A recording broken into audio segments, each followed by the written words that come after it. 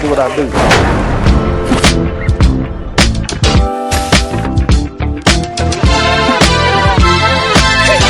Hey man, I do what I do. Convict leasing was never just about punishment. It was about power. It was about reasserting white supremacy in the aftermath of slavery's abolition. From the top down, the system was engineered to re-enslave Black Americans through incarceration. After the Civil War, white Southern society faced what it saw as a crisis. You got millions of formerly enslaved Black people around here talking free and acting free, with all these rights and mobility and the ability to bargain for labor. And that freedom threatened the entire racial and economic order of the Old South. So Southern lawmakers rewrote the laws. That's what they do. They weaponize the law. Have you not figured out that that's what white people do? I want you to understand something. The same Supreme Court that just ruled a year or so ago that you cannot reward people scholarships based on the color of their skin, just ruled today that you can arrest people and deport them and put them in jail based on the color of their skin. See, what you immigrants don't realize, these nice white folk that you love so much, that that you think are so benevolent, that they changed the rules up on you. They did it to us. They gave us freedom and took it back. They allowed us to run for Congress and then they took it back. We bought land and property after slavery and then they took it back.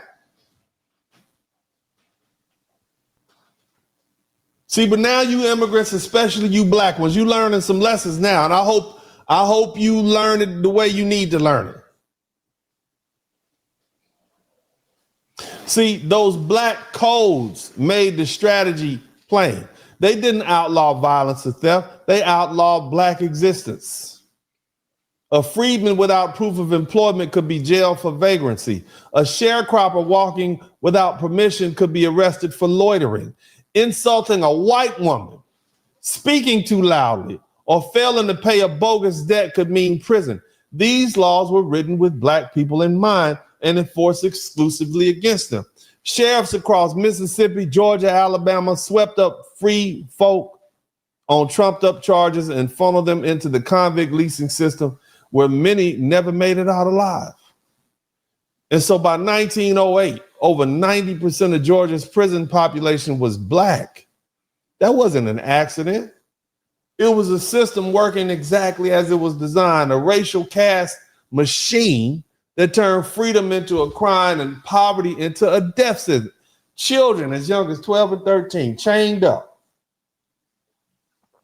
leased out, digging ditches, laying track, picking cotton alongside grown men.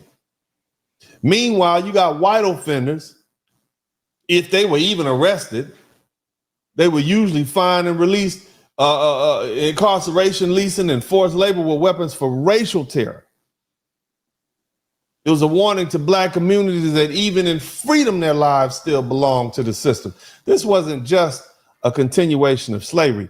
It was slavery reincarnated through law. It was a blueprint for control that carried forward from Jim Crow to mass incarceration, from stop and frisk to mandatory minimums, from redlining to the school to prison pipeline. The message has never changed. Law and order in America has always been a tool of police to contain and profit from Black life. Shout out to Yahshua Ben Joseph. Now, let's stop pretending that convict leasing is some dusty chapter in history. It's not buried, it's alive. It's etched into the soil of our country, stacked in corporate profits, embedded in the cages of today's prison industrial complex. The system never died, it's simply rebranded.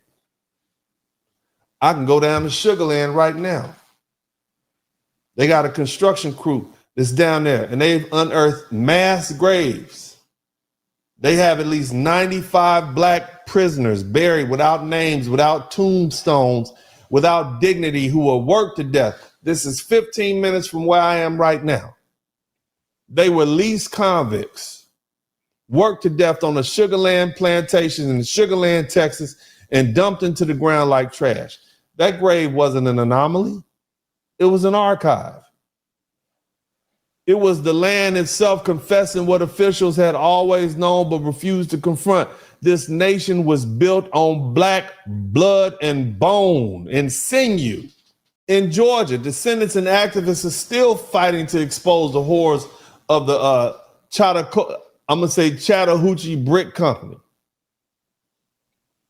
where leased convicts labored, suffered, and died under government sanction. These weren't prisons, they were labor camps. They were death sentences dressed up as justice. And today, those communities aren't just asking for memorials. They want records. They want names. They want reparations. They want America to stop lying about how this system is phased out. Museums and digital archives are doing the work to educate the public. But let's be real. Most Americans still have no clue what the convict leasing was, let alone how it never actually ended. And that's not ignorance, that's design.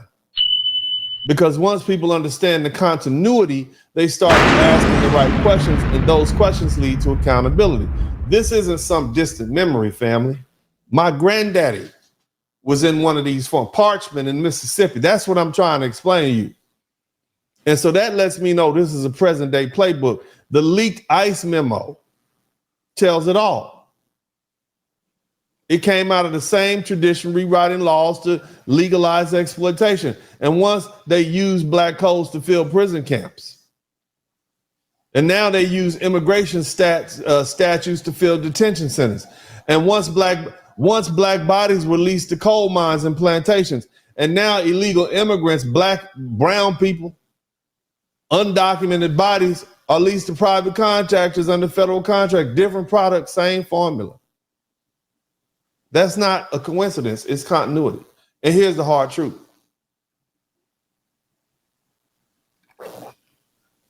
America has never had a reckoning with convict leasing because it never intended to stop using it. It just found new faces to feed into the machine. Remember what the 13th Amendment says. You're a slave. You can be a slave if you're incarcerated. So what do? Well, memorials aren't enough. Tears aren't enough. We need more than plaques and prayers. We need structural change. We need economic justice. We need legislation that dismantles the machine and reparations that reclaim what was stolen, not only from our ancestors, but from our future.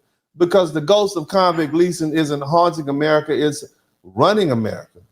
And unless we tear down this machine, it will still be fueled. Now, again, this ain't our fight.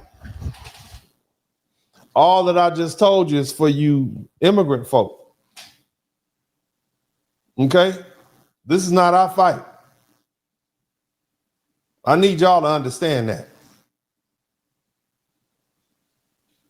I want each and every one of you immigrants out there, all black, brown, wherever you're from, this is not our fight.